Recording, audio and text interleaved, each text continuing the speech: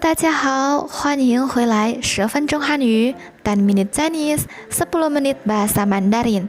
今天我们来继续学习 HSK 2级第12课的语法。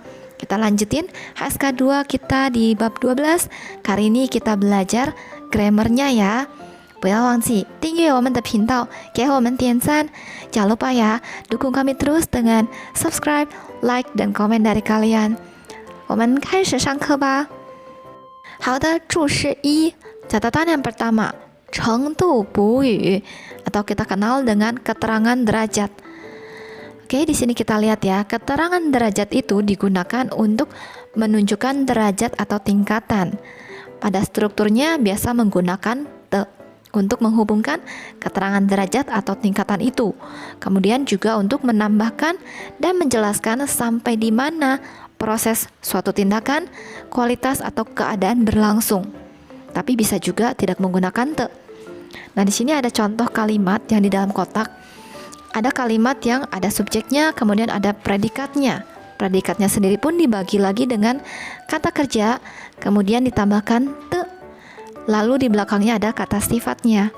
Kita lihat satu-satu ya. 他说的很好.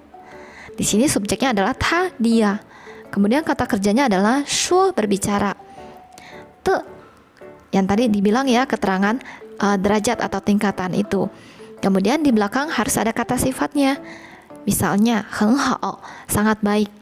他说的很好 artinya menjadi dia berbicaranya sangat bagus atau dia ngomongnya sangat bagus. Nah, di sini 说的很好 te ini digunakan untuk menjelaskan kata kerjanya 说. Kemudian hasilnya bagaimana? Di belakangnya hasilnya sangat baik atau bagus. Kita lanjutkan ke kalimat kedua. 我起得很早. 我 sebagai subjeknya, 起 itu bangun, kata kerja juga ya, ditambahkan te. Kemudian belakangnya kata sifatnya adalah 很早, sangat pagi atau sangat awal. Nah, 起得很早, bangunnya sangat awal atau bangunnya sangat pagi. Yang terakhir, 我睡得也早. Saya tidurnya juga awal. 睡 adalah tidur, kata kerja, kemudian ditambahkan te. Hasilnya di belakang ye cao, juga awal.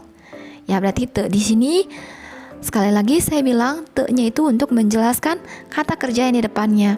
Kemudian di belakang harus ada hasilnya seperti apa. Kemudian yang perlu kita perhatikan adalah di sini kita lihat ya, jika ada objek, maka objek itu diletakkan sebelum kata kerja atau pengulangan kata kerjanya. Kalau tadi di depan contoh-contoh kalimatnya nggak ada objeknya ya. Tapi kalau misalnya mau ditambahkan objek gimana? Nah, ini kita lihat. Di sini ada contoh kalimat juga ya.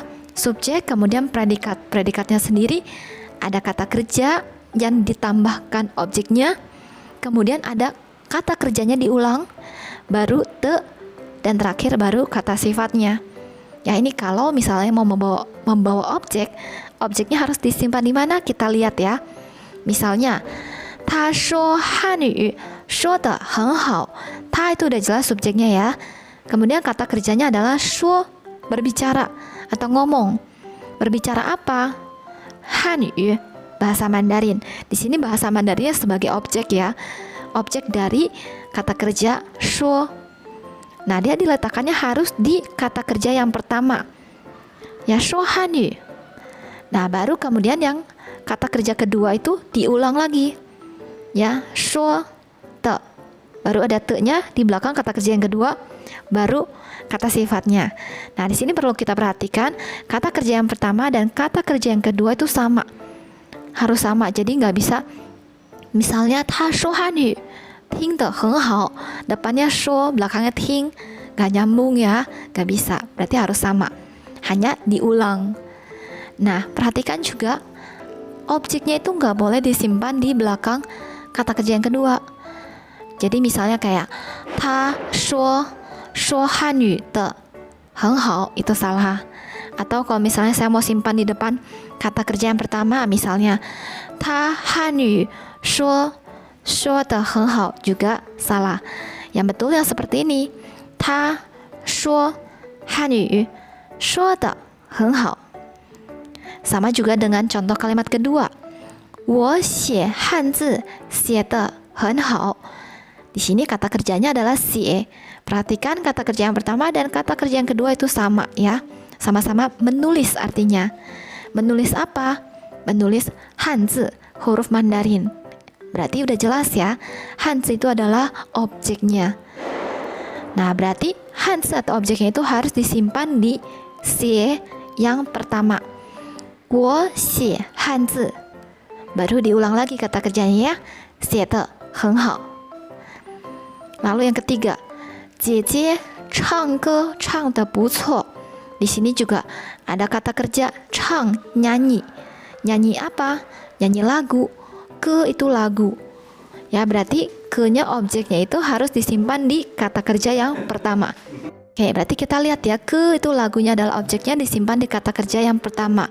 Jadi jangan kebalik, jangan misalnya jadi 姐姐唱歌的不错. Itu salah ya. Harus 姐姐唱歌唱得不错. Nah, sekarang yang perlu kita perhatikan adalah ketika te-nya ini diletakkan di dalam bentuk kalimat negatif. Perhatikan kata negatifnya itu harus diletakkan setelah te. Contohnya kita lihat di kolom yang pertama. 他说的怎么样? Dia ngomongnya gimana? Oh, 他说的不好. Bu-nya itu kalian perhatikan dia di belakang te. Hasilnya tidak baik atau tidak bagus. Atau 我起得不早. Saya bangunnya gak pagi. 我住得不远. Saya tinggalnya gak jauh. Kemudian kalau kalimatnya ditambahkan objek juga sama aja ya. 他说汉语说得不好. Dia ngomong Mandarin ngomongnya gak bagus. Misalnya. Atau 我写汉字写得不好. Saya nulis huruf Mandarin tulisnya gak bagus. Atau 我唱歌唱得不好. Saya nyanyinya gak bagus. Atau saya nyanyi lagu, nyanyinya gak bagus. Lalu kalau bentuk interrogatif atau kalimat tanya, te itu diikuti oleh kata sifat ditambahkan pu, kemudian ditambahkan kata sifatnya lagi. Jadilah bentuk kalimat pertanyaan.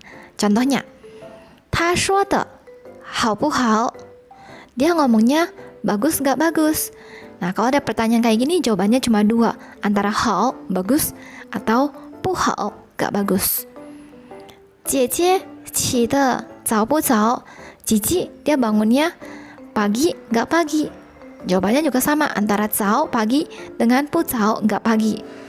Atau 你住的远不远? Kamu tinggalnya jauh gak jauh? Nah, berarti jawabannya antara 远 jauh sama 不远 gak jauh.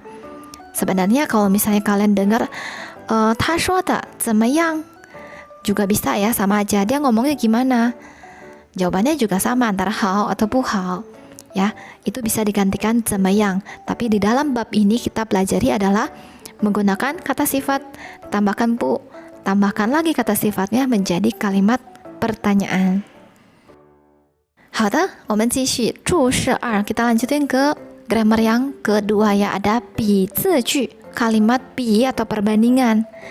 Nah, di sini dia bilang, jika kata kerjanya memiliki keterangan derajat atau tingkatan, pi itu boleh diletakkan sebelum kata kerja atau sebelum kata keterangan. Contohnya, 他比我学得好. Jadi, A dibandingkan saya belajarnya lebih bagus. Ya, jadi kalau kalimat perbandingan itu siapa dibandingkan dengan siapa, pasti itu ya. Atau apa dibandingkan dengan apa. Kemudian hasilnya bagaimana di belakang. Kemudian kalimat kedua, 姐姐比我跑得快. Cici larinya lebih cepat dibandingkan saya. Atau Cici kalau dibandingkan saya larinya lebih cepat. 跑得快, larinya cepat. Kemudian ada 我妻子比我做得好.我妻子 itu berarti istri saya ya. Berarti istri saya dibandingkan saya masaknya lebih enak. Berarti ada sesuatu yang dibandingkan dengan sesuatu atau seseorang dibandingkan dengan seseorang. Nah, di dalam kalimat-kalimat ini kita lihat ya. Ta bi wo. Berarti dia dibandingkan saya lebih apa? Atau jie jie bi wo. Cici dibandingkan saya lebih bagaimana? Atau wo qizi bi wo. Istri saya dibandingkan saya lebih bagaimana? Ya berarti A-nya lebih dibandingkan B ya.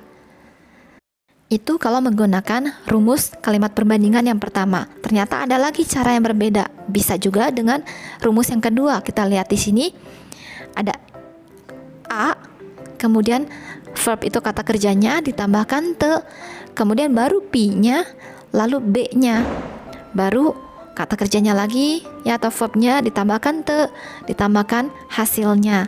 Ini cara kedua, kelihatannya lebih agak rumit ya, tapi sama aja. Misalnya, 他学的比我好 atau 他学的比我学的好. Ya, jadi dia belajarnya dibandingkan saya belajarnya lebih bagus. Ya, atau kalau misalnya mau disingkat juga boleh. 他学的比我好. Dia belajarnya dibandingkan saya bagus. Atau 姐姐跑得比我快.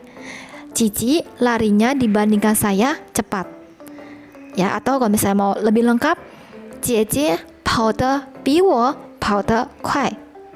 Ya, Cici larinya dibandingkan saya larinya cepat. Atau yang terakhir, 我妻子做得比我好. Istri saya masaknya dibandingkan saya lebih enak. Atau kalimat komplitnya bisa juga jadi 我妻子做得比我做得好. Istri saya masaknya dibandingkan saya masaknya enak atau lebih enak. Ya, jadi dua penggunaan ini sebenarnya sama aja. Tergantung kalian merasa mana yang lebih gampang kalian pelajari. Tapi kalau kalian ketemu dua kalimat ini, kalian juga tahu dua-duanya boleh atau dua-duanya sama aja. Yang penting ada yang dibandingkan dengan apa, kemudian hasilnya bagaimana. OK， 今天的 HSK 2级的第12课注释语法也已经讲完了，谢谢你们的支持，不要忘记订阅我们的频道，给我们点赞，我们下次再见吧，拜拜。